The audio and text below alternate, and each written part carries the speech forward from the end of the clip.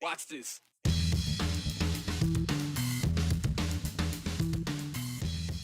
Add Boise State to the list of Idaho schools ditching diversity, equity, and inclusion programs. A shakeup announced to students days after it happened. Something else going away, Idaho Health and Welfare's caregiver compensation for families. And one rural Idaho husband doesn't know how he's going to care for his wife without it. Out of a lifetime of playing, that was my favorite gig, and I'm really sorry they don't do it anymore. You may not believe a musician's most memorable moments came from a gig in a hospital lobby, but decades ago, they did, and they still hold a place in one piano player's heart. Boise State University has joined the trend of discarding their DEI programs and offices on campus. At least that's according to an email sent out Tuesday. The Gender and Student Equity Centers are gone. They closed them over Thanksgiving break, only telling students about it yesterday.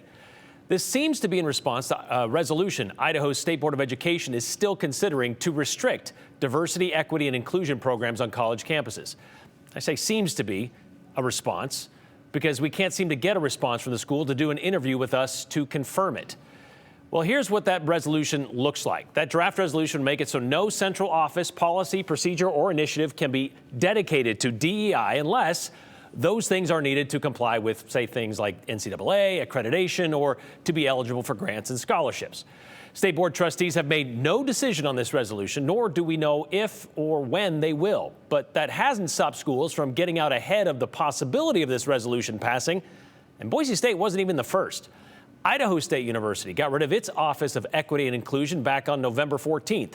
A restructuring and renaming, ISU President Robert Wagner called it. From now on, it will be known as the Office of Equal Opportunity and Title IX. On November 18th, University of Idaho told their students and staff their Equity and Diversity Unit, which includes the likes of the Office of Multicultural Affairs, the Women's Center, and the LGBTQ plus office, that would be going away mid-December. However, the day after the State Board introduced its DEI resolution, the U of I backtracked and announced they are not closing their DEI units after all, saying they didn't want to act too quickly. So that brings us to this week, or should I say Thanksgiving week. Well, Aspen Shumpert breaks down the events of both. Tuesday, Boise State University sent out an email to students to announce changes to their diversity, equity, and inclusion resources on campus.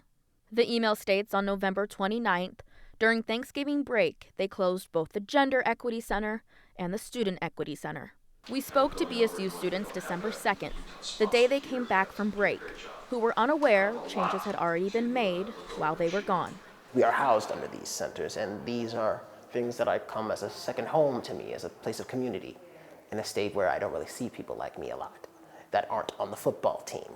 Closing the DEI centers is a change Idaho students, staff, and residents across the state tell lawmakers is the thing they feared. Senator Melissa Wintrow shared that with Idaho State Board of Education's Executive Director, Josh Whitworth, at the December 2nd DEI committee meeting. But what is happening on our campuses here in Idaho is being reflected in the over 50 emails I've received in 2 days. And I would encourage you to talk to students because that's who's contacting me, and they're scared about the things that you're denying them. All of the emails are in support of DEI on higher education campuses, some saying it's crucial to have on these campuses, others giving examples of how DEI units helped their college careers. Boise State is way more diverse than it is northern Idaho. They have a way more bigger demographic, and realizing the ramifications of this and a bigger, greater response will be known than just some letter, and that the students will not go quietly, and that they are to focus on their students, all of their students, who this impacts, and the future ramifications of this. In that email Boise State administrators sent yesterday, it says BSU will open a new Student Connections and Support Center. They say this will serve all students, and it's been in the works for the last few months. BSU says a new first-generation program and other resources like case management and support will be offered in the new Student Connections and Support Center. But the centers they're taking away, Brian, these have been on campus for decades. Yeah. Their names have changed. The Women's Center is now the Student Equity Center that we know now and is getting taken away, and the Multicultural Affairs also got renamed. So although the names have changed over the last few decades, these have been resources that have been on campus for a long time. And so one of the questions I would love to ask the school, is this just a shell game? Are we just kind of changing the names, moving things around because of the attention that these things have received from the legislature? And I'd love to get that answer. Right. It's been a little tough to get answers from school representatives. I think also the question of a center for all students. That word of all students has some meaning. And I know we've heard from students, well, the centers that have been on our campuses are open to all students already. Right. So why do we need to take them away, rename them, and reconfigure to this idea that it needs to be open to all? And it's worth pointing out, when the legislature addresses this or has been addressing it, they have yet to define what diversity, equity, and inclusion means under state code. So yeah, I think that comes up in every conversation we hear. Exactly. All right. Thank you very much, Aspen. Well, the Department of Health and Welfare is putting an end to their family personal care services. That would be January 31st when that ends. In an email to personal assistance agencies, the agency wrote, quote, due to concerning trends of fraud and abuse, significant program growth beyond budget projections, and insufficient staff for oversight, they are terminating the family personal care services, end quote. This decision means spouses, parents, or even children will no longer be able to get paid to provide care for a family member who can no longer care for themselves. Hunter Funk spoke to one family in a remote part of the state who says this program was their saving grace. We live up in Indian Valley, outside of town, in a rural area. Indian Valley. It's beautiful. An unincorporated town with a little under 700 people. For Ron and Tara LaHaye, this is home, and ranching is their way of life. But that changed in 2021. My wife, Tara, had a massive stroke. Now, Tara needs in-home care, and finding it in a rural community isn't easy. I find myself in a position with no help. Tara can't be left alone. She can't get up. She can't move from chair to chair. She gets dizzy. She's the fall risk. And she still has seizures from time to time. Ron says they've hired several caretakers, only to have them quit a few months later because of the distance. And without a caretaker coming to the house, Ron can't work because he has to take care of Tara. But when the Idaho Department of Health and Welfare began paying spouses as caregivers, it was the answer they needed. And really, their only sustainable option. I have no other help out here. So it makes sense that a husband and wife should be able to do this job for each other. It makes sense. The pay helps. It doesn't pay a lot. It pays some bills. So it's not like we're getting rich off the system. We're barely making it. Ron says now that the program is ending January 31st, he doesn't know how they'll financially survive. The workers out here in rural areas are very few. It's hard to find people. I don't know what's going to happen. People are going to be hurting. And Idaho Health and Welfare says the program has increased by 75% in enrollment since 2023. And without the lack of funds and staff to oversee the fraudulent situations, it's coming to an end. Now, some families are meeting with legislators tomorrow. They're trying to advocate, talk to them, let them know what's going on. So hopefully we can see that coming. And coming up at 10 o'clock, we actually sit down with Health and Welfare. Abby Davis has a story about what they're doing next and just kind of where we go from here. And that's my next question. Is this an agency issue or is this a legislative issue? I guess it could be both. I feel like it sounds like both. I think both need to be aware because they get their money from legislators. Yeah. The other interesting thing that Ron had mentioned too is, he's paid for by an agency, right, to take care of his wife. So technically, he could go take care of other people if he wanted to. He has the training, right. Right, yeah. But because she's his spouse, now he's not allowed to. He can't even take care of his wife. Right. Oh, wow, Yeah. okay. Yeah. All right, we'll pay attention to that. Thank you very much. All right, you ever been to a wedding where the officiant got to the part in the ceremony where they ask if anyone objects to this union, and then someone stood up, and the marriage was called off, but then the bride ended up suing the groom for not trying hard enough to follow through with the I do? Well, that's kind of what's happening right now with the Kroger-Albertsons merger, which was blocked yesterday in court. Here's Abby Wilt with that explanation and what else you need to know in today's 411. Just a day after two separate judges blocked the Kroger-Albertsons merger, Albertsons is not only giving up on the deal, they're suing Kroger for failing to secure the deal. Albertson says Kroger didn't do enough to secure regulatory approval of the nearly $25 billion agreement and made a number of breaches of the agreement, including not divesting enough assets for antitrust approval. While Kroger says Albertsons was the one who kept intentionally breaching the merger process. So, I guess we'll have to see how this chapter plays out. Another state's Supreme Court made a decision on gender-affirming care for minors. Today, the Montana State Supreme Court ruled to continue temporarily blocking a Montana law banning gender-affirming care for minors while it goes through the court. Judges unanimously sided with a state judge's ruling that the law is likely unconstitutional. The law will be continued to be blocked until it goes to trial. Montana is one of at least 26 states, including Idaho, that has bans on gender-affirming medical care for minors. And good news for skiers and snowboarders. Bogus Basin will be open every day starting Friday. Bogus will be open from 10 a.m. to 4:30 p.m. during the week and from 9 a.m. to 4:30 on weekends and holidays. And that's the 411 on the 208. I'm Abby Wilt.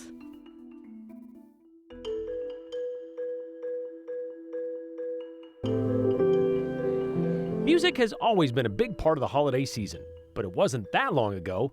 It was what you heard when you went to visit someone at the hospital this time of year.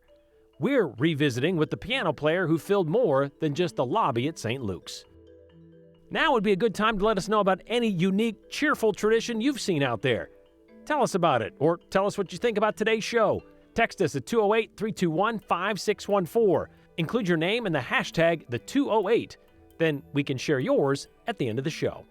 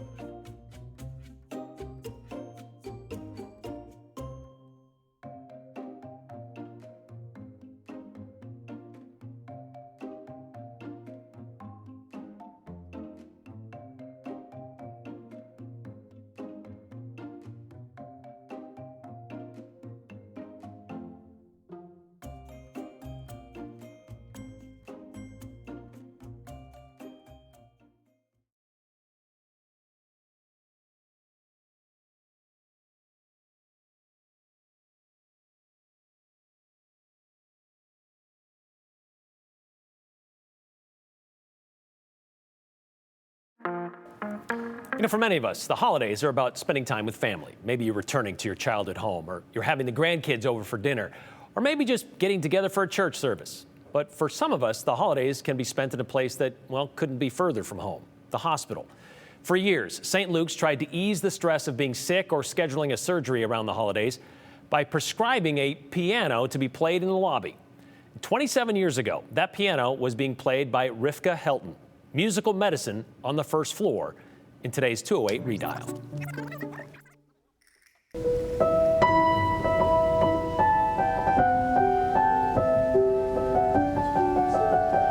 It could be the last place anyone would want to spend their holidays.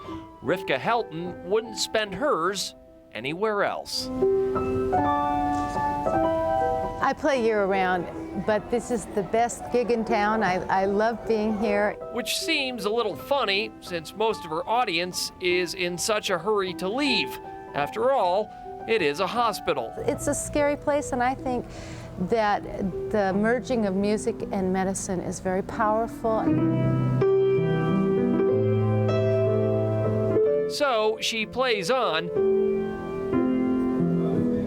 knowing there will be little applause, maybe a passing smile, but always appreciation. I think it's beautiful. Yeah? She plays very well. She plays for people like Mickey Courtney, who have to be here. For at least a week. My husband's up in surgery. It relaxes me. Little Kyle's a cancer patient, and he comes down and sometimes falls to sleep to the music.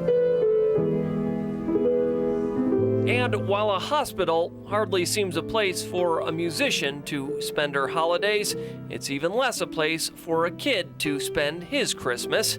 Maybe this is why Rivka comes back year after year.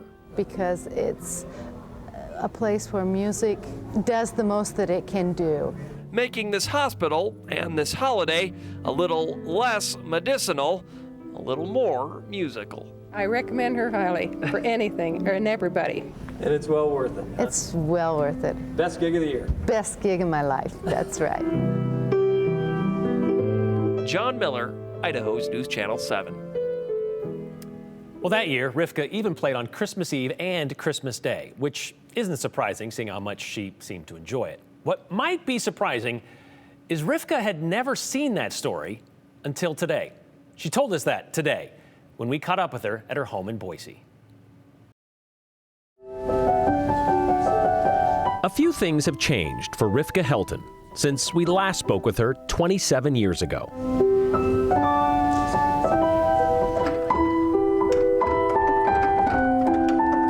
But her feelings about playing piano in the St. Luke's lobby, I loved that gig. haven't. I loved the magic that music brought to the hospital.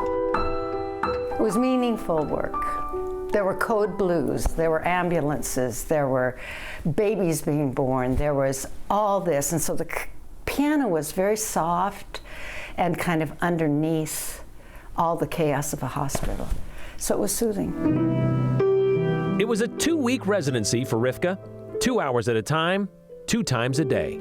A schedule she kept for 17 seasons, the last in 2011. You said it was your favorite gig. Yes. You mean that? Yes, I mean that. As I sat there, it wasn't like performing in a concert. It wasn't like performing in a bar. It wasn't about me. It was about the environment. For Rivka, the key was the emotional connections that occurred while she was at the Wurlitzer. I cried more than once, you know. One time I had a little girl who was deaf, and her parents brought her up in her she was like that, little velvet dress. And I said, lift her up, you know, and I lifted the lid. I played the piano and I had her touch the strings. And their face just was so happy. And what they gave everyone by putting music in there was just a different sense than you would get from normal chaos. So it added this element.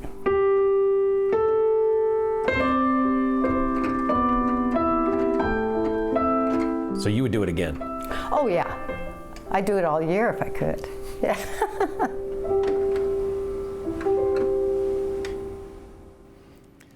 Rivka told us she asked St. Luke's about bringing back the lobby piano player, but it doesn't look like they'll be doing so anytime soon. There's still a couple people who do work there today who fondly remember Rivka's piano playing and still talk about how beautiful it was.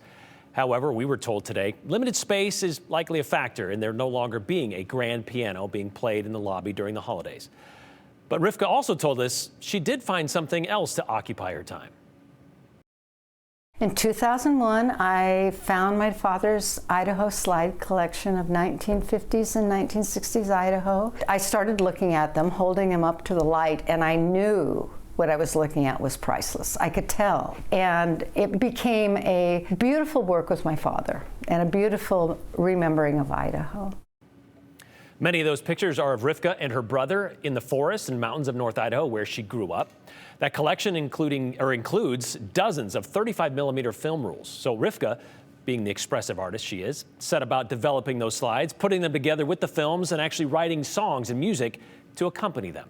Her father passed away in 2016, but she was able to put together an exhibit which she showcased back in 2018.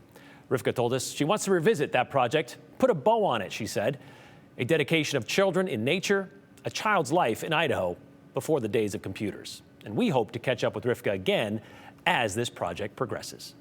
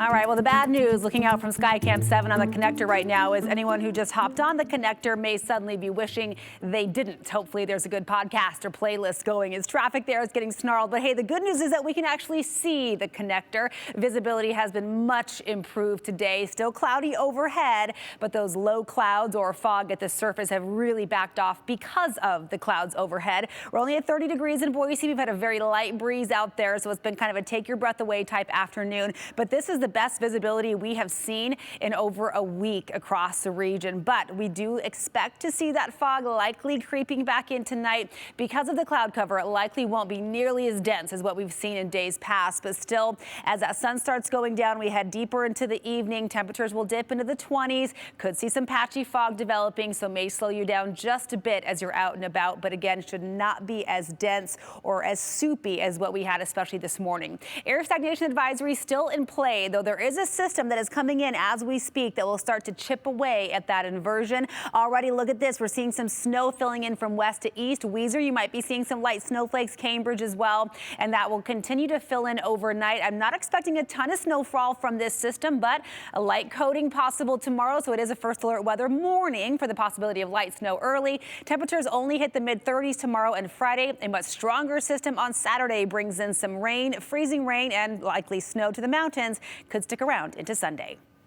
I don't know about you, but I'm kind of looking forward to that wintry mix expected on Saturday for 7 Cares Idaho Shares. You can find our KTV family all over the Treasure Magic Valleys this Saturday from 8 a.m. until noon. And you can help us by donating food or money to help support 9 Idaho charities.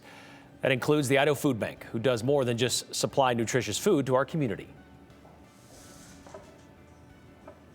We supply nutrition education because we want people to be able to use those fresh produce items, the meat, the dairy items in the best way possible, and also allows them to understand how they can shop more on a budget and make those things go much further. Well, they offer that education through partnerships with organizations like the Salvation Army, Boise Rescue Mission, as well as community churches. You can help those different organizations, all of them, right now by donating to 7 Cares Idaho Shares. Or you can visit us. Come check us out this Saturday at any of the sites that's on our website. You can text 7 Cares to 208-321-5614. We'll send you a link how you can donate and more information on where you can find us on Saturday.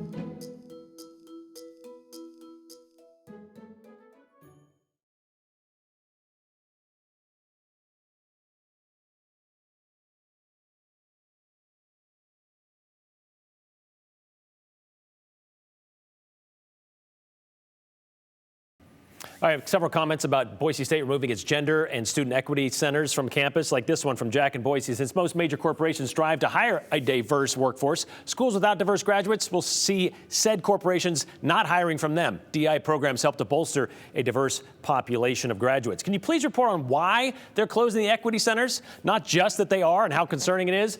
We would love to, Susan, if we could get one of these schools to talk to us about it. That's kind of the point. We haven't yet, but we're still going to work on it. See you later. Continue with us and watch free now on the KTVB Plus app everywhere you stream.